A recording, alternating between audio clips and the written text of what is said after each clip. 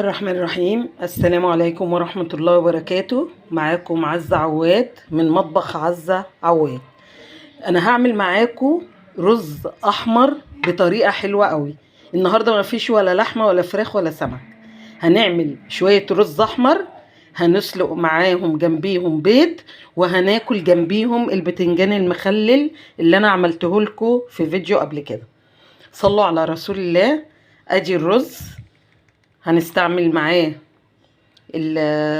عصير الطماطم، معلقه صلصه، التوابل اللي بحطه عليها كمون وفلفل اسمر وملح.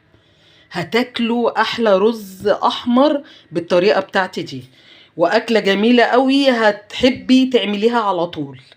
خليكم معايا هوريكم انا بعمل الرز ازاي. الرز ده انا بعمله بزيت، ما بحطش فيه سمنه.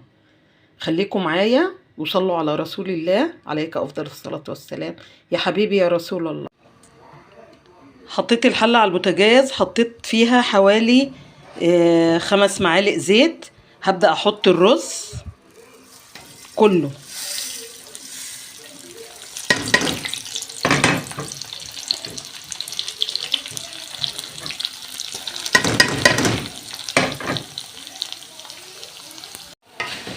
الرز اهو بحمره في الزيت، وحاطه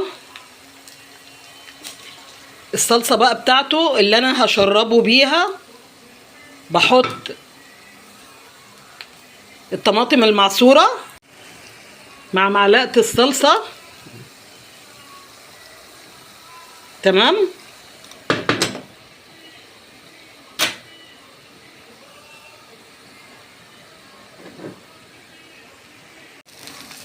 بحط مع الطماطم ومعلقه الصلصه كوبايه من الميه،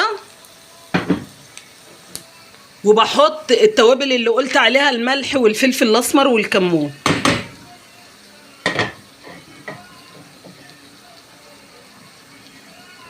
واسيب ده كله يغلي مع بعضه عشان اشرب بيه الرز وانا بحمر في الرز ده.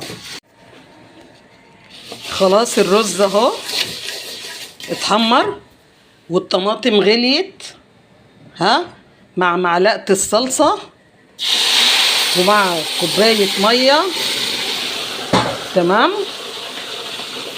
والتوابل اللي انا حطيتها، الملح والفلفل الاسمر والكمون. هتاكلي احلى شويه رز. هتسيبه بقى يستوي ويتشرب، وهوريكم الشكل النهائي بتاعه. وده كان الشكل النهائي للرز الاحمر اللي سلقت معاه البيض مع احلى بتنجان مخلل اللي انا خللته معاكم في فيديو قبل كده، اللي انا سلقته وخللته. كنتم مع عزة عواد من مطبخ عزة عواد. ما تنسونيش في اللايك والشير. والسلام عليكم ورحمة الله وبركاته. بحبكم في الله.